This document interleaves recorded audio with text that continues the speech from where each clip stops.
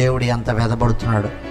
ఆదాము కానించి దేవుడు ఎప్పుడు మానవుడితో మంచి సంబంధం కలిగి ఉండాలనుకుంటాడు.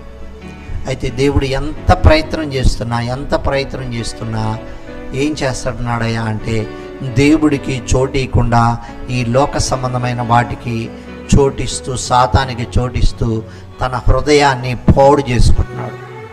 అందుకే ఆయన ఎంతో ప్రాణత్యాగం చేసినప్పటికీ, ఆయన రక్తము ఏరులై పారినప్పటికీ, ఆయన ఎందుకు వచ్చాడు, ఎందుకు రావాల్సి వచ్చింది, సిలువ వేయటం ఏంది అనేది అర్థం కావట్లేదు పిల్లలు.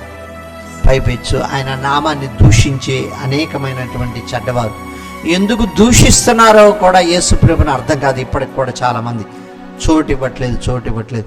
పైపెచ్చు ఆయన ఏందో చేయరాని తప్పు చేసినట్టు ఆయన ద్వేషిస్తాడు. ఆయన ఏం చేశాడు?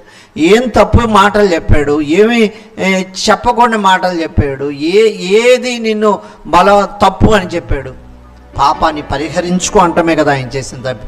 ఆ పాపాన్ని ఊరకనే పరిహరించుకోలేదు కదా, తన రక్తమును కార్చి ఆయన పరిహరించుకున్నాడు కదా. ఈ సత్యాన్ని ఎంతమంది గమనిస్తారు? ఆలోచించండి. అందుకే యెషయా గ్రంథంలో ఎద్దు తన కామందును ఎరుగును, గాడిద ఈ ప్రజలకు బుద్ధి లేదు, నన్ను తెలుసుకోలేకపోతున్నారు అంటాడు.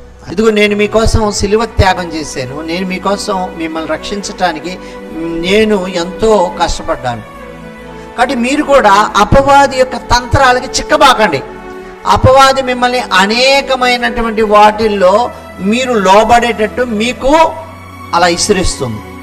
అలా ఇసిరేసేటప్పుడు మీరు చిక్కబాకండి. అంటే బై బ్యాడ్ లాగా ప్రపంచమంతా అందరూ అలానే చిక్కేస్తాం.